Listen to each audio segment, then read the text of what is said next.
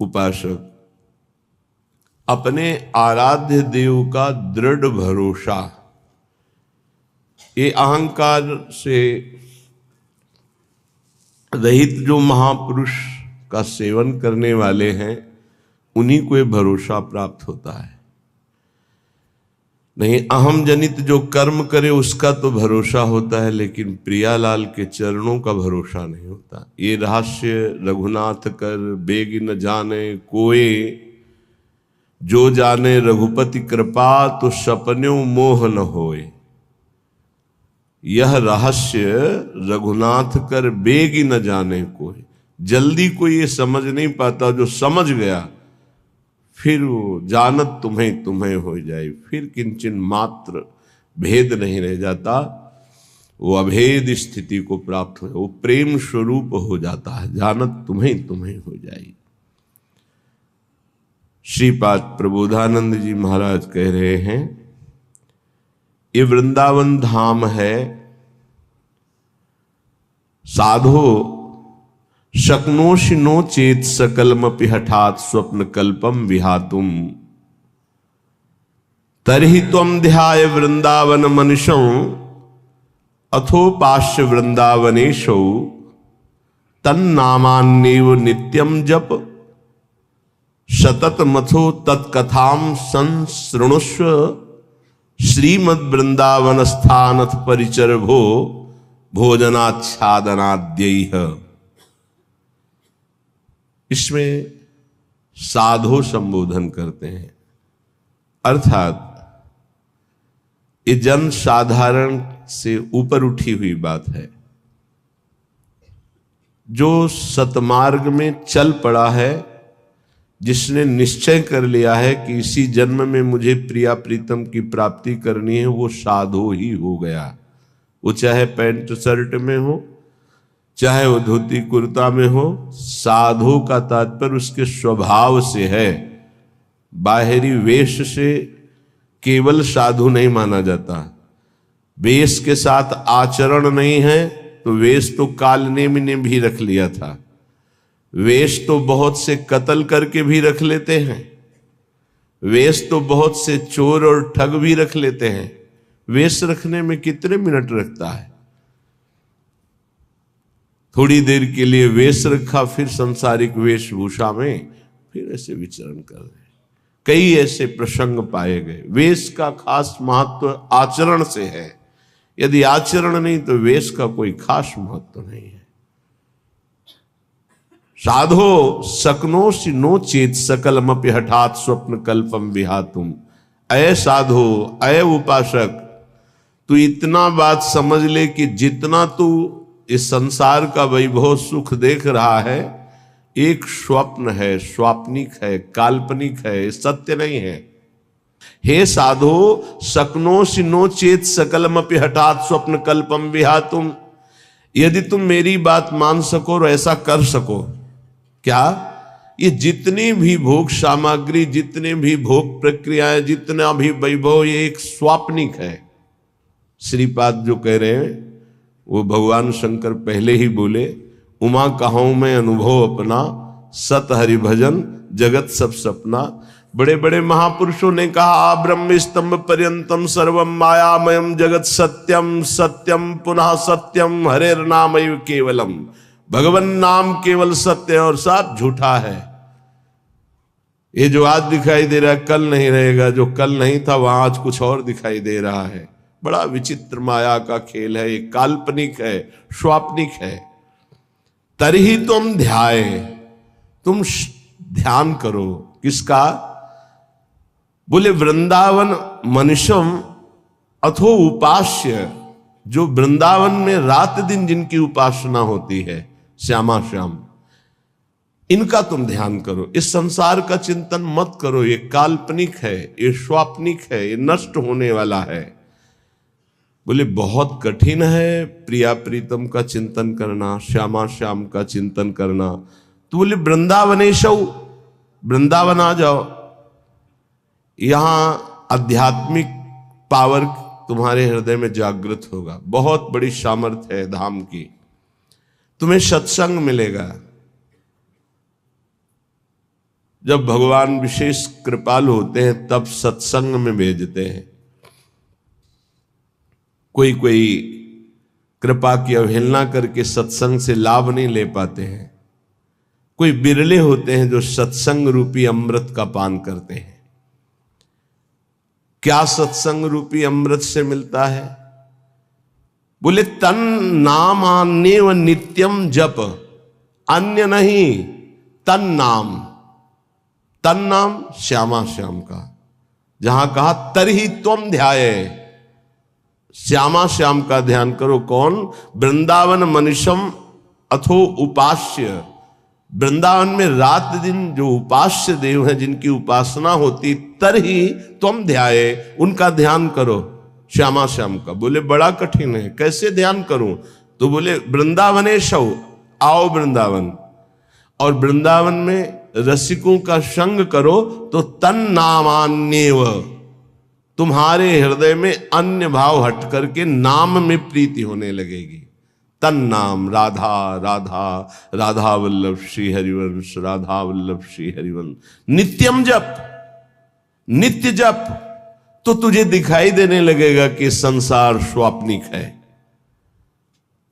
सतत मथो तत्कथाम संसृणुस्व, तू निरंतर सत्संग सुन, भगवत चर्चा सुन। इसका बहुत बड़ा प्रभाव पड़ता है। बड़े बड़े चोर भगवत प्राप्त हो गए, हिंसक भगवत प्राप्त हो गए सत्संग से। सतत मथो तत्कथाम संसृणुस्व। देखो भगवान की विशुद्ध कृपा का फल आप अपने ऊपर।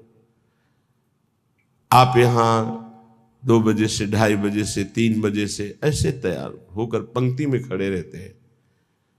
जो सत्संग सुनने के रसिक जन हैं, 4:15 बजे से सत्संग प्रारंभ हो जाता है। आप लोग यहां आकर के केवल वो वार्ता ही तो सुनते हैं ना, लौकिक वस्तु तो कोई नहीं मिलती कि बाद में प्रसाद मिलेगा। ये है भगवान की विशुद्ध कृपा कि आप अपनी नींद का त्याग करके, आराम का त्याग करके, शरीर सुख का त्याग करके भगवत सुख के लोलुप होकर सत्संग में बैठे। ये केवल भगवत कृपा है, केवल भगवत कृपा। बिनु सत्संग विवेक न हुई, और राम कृपा बिनु सुलभ न सोई। भगवान की कृपा से ये सुलभ। कितने सत्संग में सुन रहे हैं, कितने भारतवासी हैं, कितने हैं? विचार करो, 140 करोड़ कितने लोग सुन रहे हैं, या कितने यूट्यूब से सुनेंगे, उनमें से कितने पकड़ेंगे? भगवत कृपा पात्र ही सुन पाएंगे। सतत मथो तत्कथाम संसृणुस्व, भगवत प्रेमी महात्माओं के मुख से भगवत चर्चा सुनो, प्रिया प्रीतम का नाम जप करो। और बहुत जोर की बात कर रहे हैं, अगर नाम में प्रीति नहीं हो रही, भगवत चर्चा सुनने में प्रीति नहीं हो रही, तरही तुम ध्याये वृंदावन। रात दिन जिनकी उपासना कर रहे हैं रसिक जन, उन प्रिया प्रीतम का ध्यान नहीं हो रहा, तो फिर कह रहे श्रीमद वृंदावन स्थानत परिचर भो भोजनाच्छादनाद्यैः वस्तु कोटि गुणम श्रुतम सकृतम वासोन्नवासादिभिः। तुम्हें एक उपाय बता रहे हैं जिससे तुम्हें जल्दी लाभ मिल जाएगा, कि जो वृंदावन वास कर रहे हैं भगवत प्रेमी जन, आप उनकी सहायता कर दो, परिचर्या कर दो। भोजनाच्छादन दी, उनके जल की व्यवस्था, भोजन की व्यवस्था, वस्त्र की व्यवस्था, वास की व्यवस्था।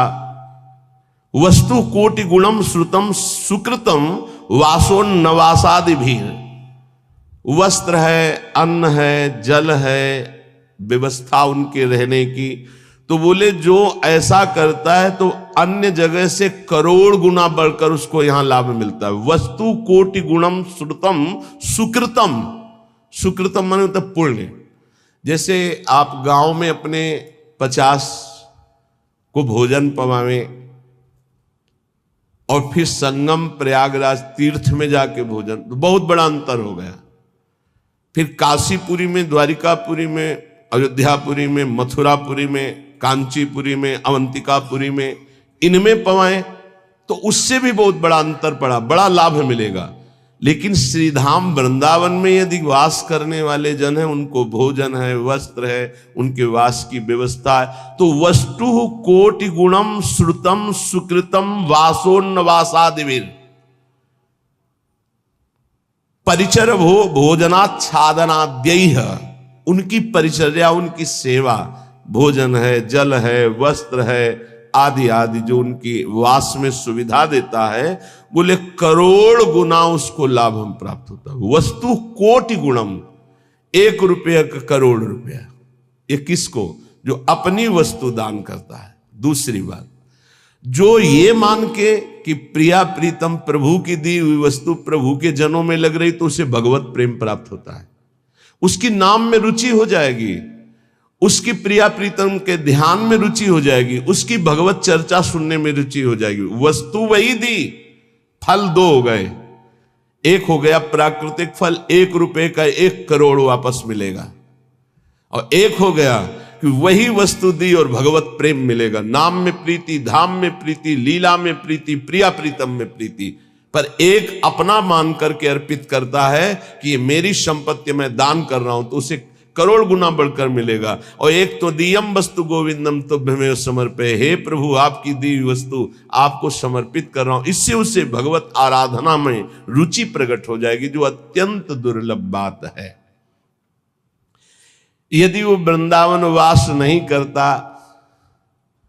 और वो वृंदावन वास की व्यवस्था करता है, वृंदावन वासियों की जो विरक्त भाव से वास कर रहे हैं, जिनके जीवन का उद्देश्य प्रिया प्रीतम है, उनके वास की व्यवस्था में कुछ सहयोग करता है, तो बोले तीर्थे वासी तुम स्वयं ही तरति दो तो सा यत तारेत, उसको डबल लाभ मिलता है। क्या? वो स्वयं तरता है, अपने परिवार को भी तार देता है। वृंदावन वास नहीं हो पा रहा तो भी उसे वास करने वाले से बढ़कर लाभ मिल रहा है, क्योंकि वास करने वालों की व्यवस्था कर रहा है वो। पर देखो 2 प्रकार का लाभ होता है, एक होता है लौकिक लाभ, एक होता है पारलौकिक लाभ। यदि आपने पारलौकिक लाभ का संकल्प करके संतों की सेवा शुरू की है, तो खेल कुछ और होगा जिसे तुम पहले समझ लो, और अगर लौकिक लाभ के लिए शुरू किया है तो खेल कुछ और होगा, उसको पहले समझ लो। एक पूज्यपाद उड़िया बाबा जी के निज जन हमें 25 वर्ष पहले मिले थे, महाराष्ट्र के थे वो, बाबा से संबंध रखते थे, परिक्रमा में मिले, बड़ा आनंद मिला क्योंकि अपने प्राण प्रिय बाबा के जन थे। तो उन्होंने घटना सुनाई चलते चलते, पानी घाट से लेकर चामुंडा मोड़ तक चर्चा ये चली थी। तो उनका बड़ा दिव्य धाम है, यहां के वासियों की सेवा का बड़ा दिव्य फल है। वो प्रसंग वशात याद आ रही, सत्संग में 1-2 बार सुनाया, पकड़ पाओगे तो याद आ जाएगा। तो एक बड़े धनी मानी दिल्ली के जन थे, घटना थी, फैक्ट्रियां थी, खूब धन, अकेला लड़का सब। उनको कहीं संतों के संग से बात लाभ की सुनने को मिली कि वृंदावन के विरक्त रसिकों का अगर सेवन किया जाए, सेवा की जाए, परिचर्या की जाए, तो बहुत जल्दी लाभ मिलता है। तो उन्होंने प्रार्थना की वृंदावन में आकर कि कैसे सेवा की जाती, मुझे तो पता ही नहीं। तो उनका संतों को निमंत्रण दो और सुंदर भोग पवाओ, और उनको वस्त्र है, भेंट है, जो उनका आप कर सकें, फल फूल। अच्छा ऐसा? तो उन्होंने पूछा कि आप चाहते क्या हो? तो उनका भगवान की प्राप्ति। बोले होश में बात करना, आप जो बात कर रहे हो बहुत बड़ी बात है, पीछे मत हटना। तो उनका प्राणों की बाजी लगाकर, भाई इस बात की पूर्ति के लिए हम तैयार हैं कि मुझे भगवान चाहिए। का तय करो साधु सेवा और तुम्हें भगवान मिलेंगे पक्का।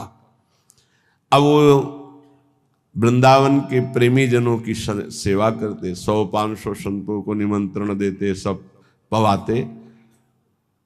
धीरे धीरे इतना संतों से प्रेम हो गया कि प्रार्थना की कि दिल्ली में हमारे घर को पावन करो। तो प्रति महीने बस लाते, 2 बस, उनमें संतों को बैठालते, बहुत उत्सव मना करके वहां ले जाते, पवाते, अच्छी भेंट कपड़ा लता, फिर उनको यहां छोड़ने आते। ऐसा चलने लगा। वृंदावन में तो सेवा करते ही, खूब धन था, वो अपने घर भी ले जाते। एक दिन यही रमण रेती में बस खड़ी थी, ये घटना कोई कथा नहीं, यही रमण रेती में बस खड़ी थी। एक विरक्त संत जो कभी वृंदावन से बाहर ही नहीं जाते थे, कभी निमंत्रण में किसी के नहीं जाते थे, भिक्षावृत्ति से जीते, वो जाके बैठ गए। तो जब सब संतों ने देखा, कहा बाबा तुम्हें पता है ये दिल्ली जाएगी बस और वहां निमंत्रण है। कुछ नहीं बोले, बैठे थे। सबने सेठ से कहा तुम्हारी साधु सेवा सफल हुई। ऐसे विरक्त जो किसी का भी प्रतिग्रह नहीं लेते, भिक्षावृत्ति से जीते हैं, ऐसे अकिंचन महापुरुष पता नहीं क्यों कौन सी कृपा उदय हुई कि वो आपके घर दिल्ली आए हुए हैं। वो बैठे पंगत में, पाए, और जब वो सामने भेंट देने आए तो बोले ये भेंट लेने नहीं आया हूं, तुझे लेने आया हूं, चल वृंदावन। तो उनका बाबा मैं तो वृंदावन जाता ही रहता हूं। और वो बस चल वृंदावन, चल वृंदावन। तो बाबा वो तो वृंदावन जाता ही रहता हूं, अभी चल सकता हूं आपके साथ, बस वो और उत्तर नहीं, चल वृंदावन। अब संतों की एक अलग भाषा होती है, उसे समझना कठिन। भेंट नहीं ली, चल वृंदावन, सबको भेंट दी, फिर सब बैठे, विदा हुए, आए। उसी दिन एक्सीडेंट हुआ और उनका पुत्र राधे श्याम। अब हाहाकार मच गया, क्योंकि वही उनके ऐश्वर्य का अधिकारी था। भारी अंदर उच्चाटन पैदा हुआ, कुछ अच्छा न लगने लगा। साधु सेवा, भगवत भाव सब पानी में। बड़ा निष्ठा रखना मुश्किल है। जब ये खबर वृंदावन आई तो वही संत गए जो हमें चर्चा सुना रहे थे, और जाकर उनसे कहा कि ए भाई, वो ऐसे नहीं आए थे, वो जो विरक्त आए थे, वो आपको भगवान की प्राप्ति कराने आए थे, चलो वृंदावन। आप अश्रद्धा मत करो, ये आपके लिए बहुत बड़ा योग बना है, तुम्हारा पुत्र भगवत प्राप्त हो गया है। शरीर पूर्व प्रारब्ध कर्म के अनुसार एक्सीडेंट से छूटा, पर वो भगवत प्राप्त हुआ। शरीर का हेतु जो छूटने का होता है बड़े बड़े महापुरुषों को होता है। जैसे पूज्य बक्सर वाले मामा जी, बड़े महापुरुष, भगवत कीर्तन होते हुए जा रहा था और एकदम एक्सीडेंट हुआ और बोले राधा, बरसाने से दर्शन करके जा रहे थे कहीं भगवत संगोष्ठी में, शरीर पूरा। तो शरीर का हेतु पूरा होना उसकी गति से मतलब नहीं रखता। बोले तुम्हारा पुत्र परम गति को प्राप्त हुआ है। अब वो सब मिटिया मेट कर दिया, सब बेच बाच करके सब संतों में बांट दिया। वृंदावन आकर पति पत्नी भगवत प्राप्त हो गए। वो बात उन संत भगवान ने सुनाई। ये कब होता है? डरना मत, मुझे भगवान चाहिए, मुझे भगवान चाहिए। क्यों ये भगवान चाहने वालों के साथ ऐसा क्यों होता है? क्योंकि ये भगवान ही सब रूपों में है। वो कहते हैं मेरे इन रूपों को तो तुम्हें पसंद, आओ मेरे सच्चिदानंद रूप में आओ। तो सबकी ममता ताग बटोरी तुम नहीं कर सकते, वो बटोर लेते, आओ मेरे सिवा रह नहीं गया कोई। ये कृपा होती है। हे युधिष्ठिर, जिस पर मैं कृपा करता हूं उसका सबसे पहले प्रियजनों से वियोग कराता हूं और धन का अपहरण कर लेता हूं, और किसी का भी किसी योग्य न रखकर, किसी काम लायक न रखकर उसे ऐसा कर देता हूं कि सिर्फ मेरा ही भरोसा, मेरा ही आश्रय। तो एक शब्द में कहा, उसका सर्वनाश कर देता हूं। आओ होली खेलो। सर्वनाश की होली खेलना हो तो श्री कृष्ण से प्यार करना। डर गए ना? डरना मत। सर्वनाश का मतलब है तुम्हारी मृत्यु का नाश, तुम्हारे काम, क्रोध, लोभ, मोह, मद, मत्सर, हर विकार का नाश, और सच्चिदानंद स्थिति में। ऐसा नहीं है कि सबके धन का अपहरण कर ले। अम्बरीश जी चक्रवर्ती सम्राट, दशरथ जी चक्रवर्ती सम्राट, वृषभानु जी, नंद बाबा, बड़े बड़े महाभागवती हैं जिनके आंगन में भगवान घुटने के बल खेल रहे। कभी कभी भक्तों की अनेक जन्मों के संस्कार को भस्म करते हुए माया समेट लेते हैं। यही माया है, मैं और मोर तोर तय माया।